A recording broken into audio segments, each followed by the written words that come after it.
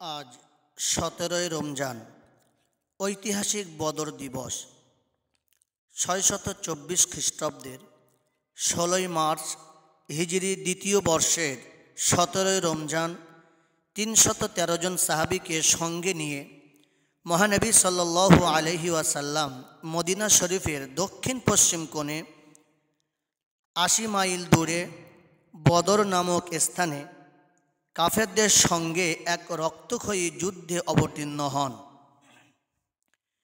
ইতিহাসে এ যুদ্ধকে বদর যুদ্ধ বলে অবহিত করা হয়।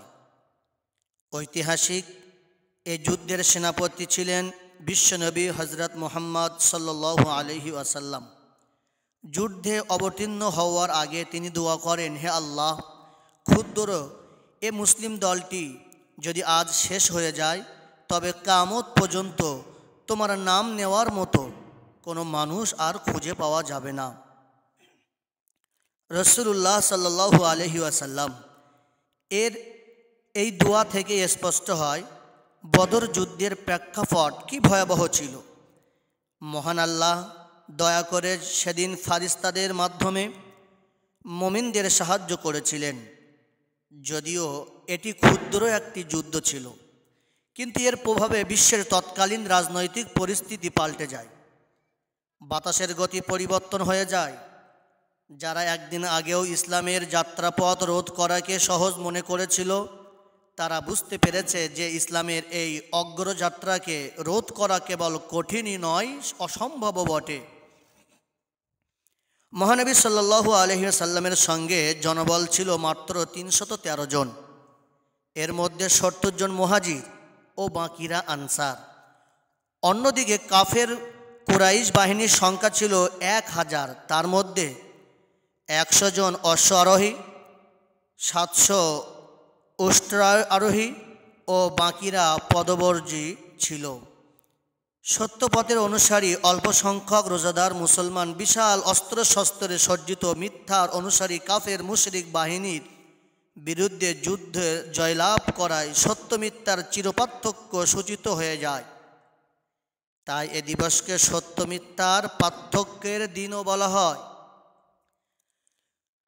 মুসলমানেরা যে স্থানটিতে অবস্থান নিয়েছিলেন সেখানে সূর্যের তেজ সরাসরি তাদের মুখের উপরে পতিত হয়, কিন্তু কাফেরদের মুখে দিনের বেলায় সূর্যের আলো পড়ে না। মুসলমানেরা যেখানে দাঁড়িয়ে যুদ্ধ করবেন সেখানের মাটি একটু নরম, যা যুদ্ধক্ষেত্রের জন্য উপযুক্ত নয়। অপরদিকে কাফেরেরা যেখানে অবস্থান নিয়েছিলেন সেখানের মাটি শক্ত ও যুদ্ধের জন্য স্থানটি উপযুক্ত। মহান আল্লাহ তাআলার নিকট সিজদায় পড়ে সাহায্য প্রার্থনা করছেন মানবতার মুক্তির দূত হযরত মুহাম্মদ সাল্লাল্লাহু আলাইহি ওয়াসাল্লাম। কেঁদে কেঁদে মহান আল্লাহর কাছে দোয়া করেন। রাসূলুল্লাহ সাল্লাল্লাহু আলাইহি ওয়াসাল্লামের আন্তরিক আকুতি মিনতি মহান আল্লাহ কবুল হয়ে গেল।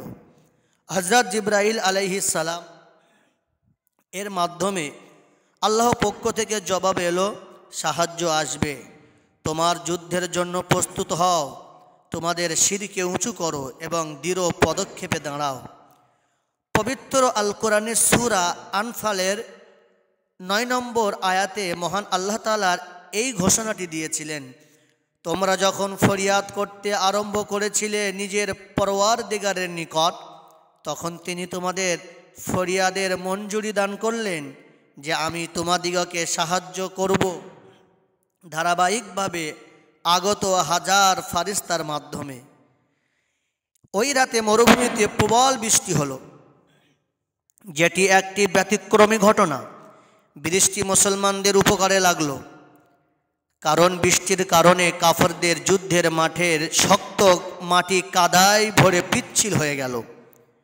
অপরদিকে মুসলমানদের যুদ্ধের মাঠ শক্ত হয়ে গেল। বৃষ্টির কারণে আবহাওয়া শীতল হলো। উৎকণ্ঠিত উদ্বিগ্ন মুসলমানদের চোখে তন্দ্রাচ্ছন্নভাবে প্রশান্তি এসে গেল। অপর একটি ঘটনা যেটি মহান আল্লাহ তাআলা ঘটিয়েছেন, কাফেরেরা যখন মুসলমানদের ক্যাম্পের দিকে তাকাচ্ছিল, ঠিক তখন কাফেরদের চোখে মুসলমানদের ক্যাম্প অনেক বড় মনে হচ্ছিল। তারা চিন্তায় পড়ে গেল, এত মুসলমান কোথা থেকে এলো। অপরপক্ষে মুসলমানগণ যখন কাফেরদের ক্যাম্পের দিকে তাকাচ্ছিল তখন কাফেরদের ক্যাম্প মুসলমানদের চোখে অনেক ছোট মনে হচ্ছিল এবং তারা ভাবতে লাগলো কাফেররা তো এমন বেশি না, আগামীকালের যুদ্ধে এদের কি আমরা পরাজিত করতে পারব।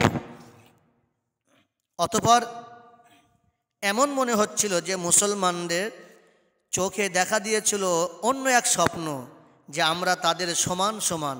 আর এ ধরনের চিন্তা চেতনা মহান আল্লাহ তাআলার পক্ষ থেকে মুসলমানদের মনে ঢুকিয়ে দেওয়া হয়েছিল, যাতে করে মুসলমানেরা তাদের মনোবল হারিয়ে না ফেলেন। অতঃপর দিনের বেলায় যুদ্ধ শুরু হলো।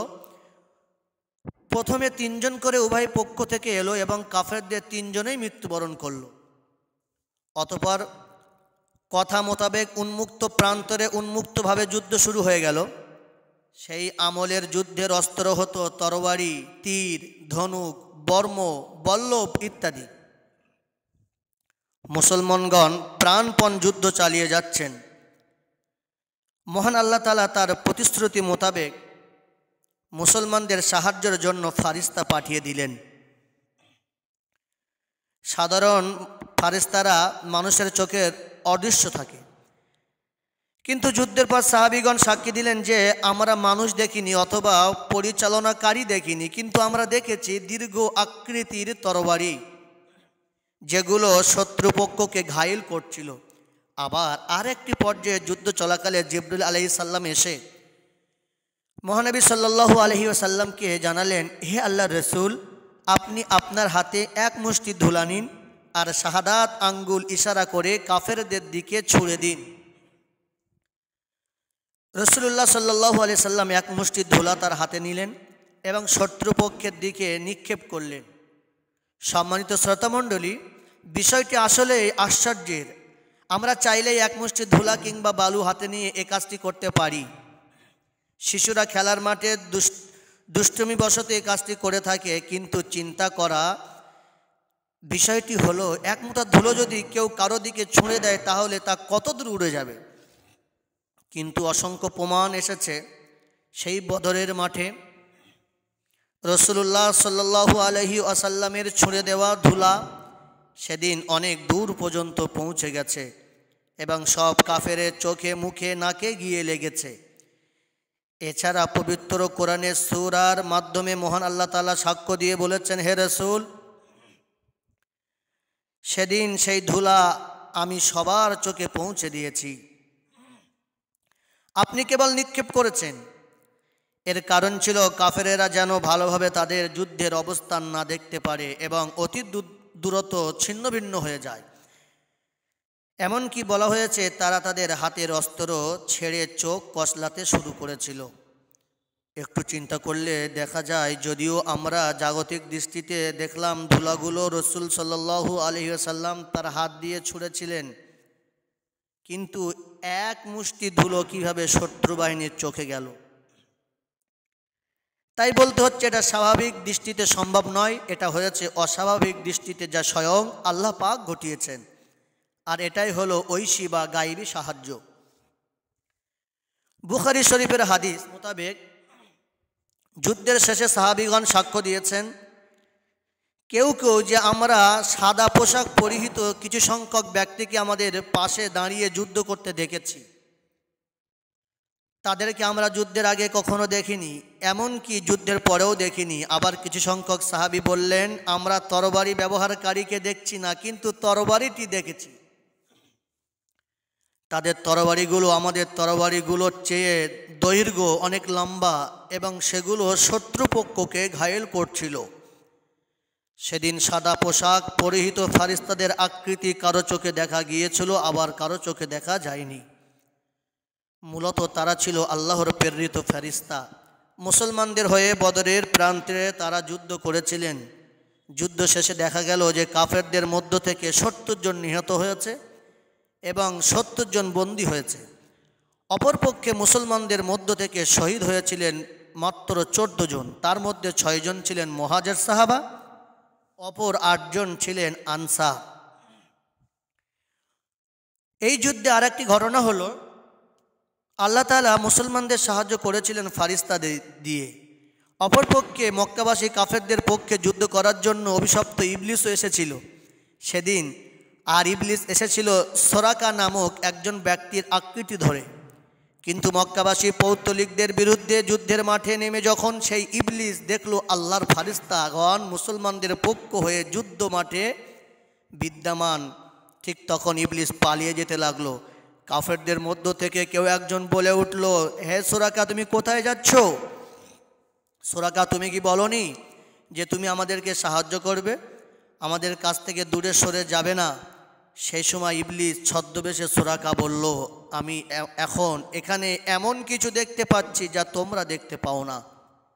আল্লাহকে ভয় হচ্ছে, তিনি কঠোর শাস্তিদাতা। এরপর ইবলিস আত্মগোপন করেছিল। বদরের যুদ্ধ ছিল মুসলমানদের জন্য প্রথম এবং যতটুকু সম্ভব পরিকল্পিত যুদ্ধ। যুদ্ধের ময়দানে সুবিধাজনক অবস্থান নেওয়া, পানির উৎস নিয়ন্ত্রণে রাখা, সূর্যের আলোর গতিবেগ লক্ষ্য করে সৈন্যদের দাঁড় করানো এবং যুদ্ধের আগে শত্রু দলের চারপাশ পর্যবেক্ষণে রাখা ইত্যাদি বিষয় শিক্ষণীয়।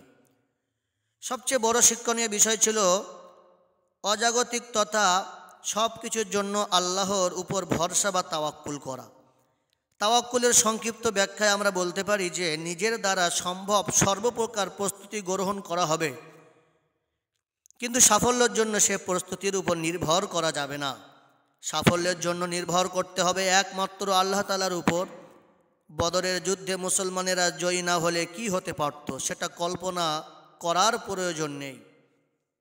আল্লাহ তাআলা অসংখ্য দয়া আর মেহেরবানিতে বদৌলতে মুসলমানদের অগ্রযাত্রার ভিত্তি সুদৃঢ় হয়েছিল এবং বদরের যুদ্ধের মাধ্যমে তিনি নতুন ইতিহাস সৃষ্টি করেছিলেন।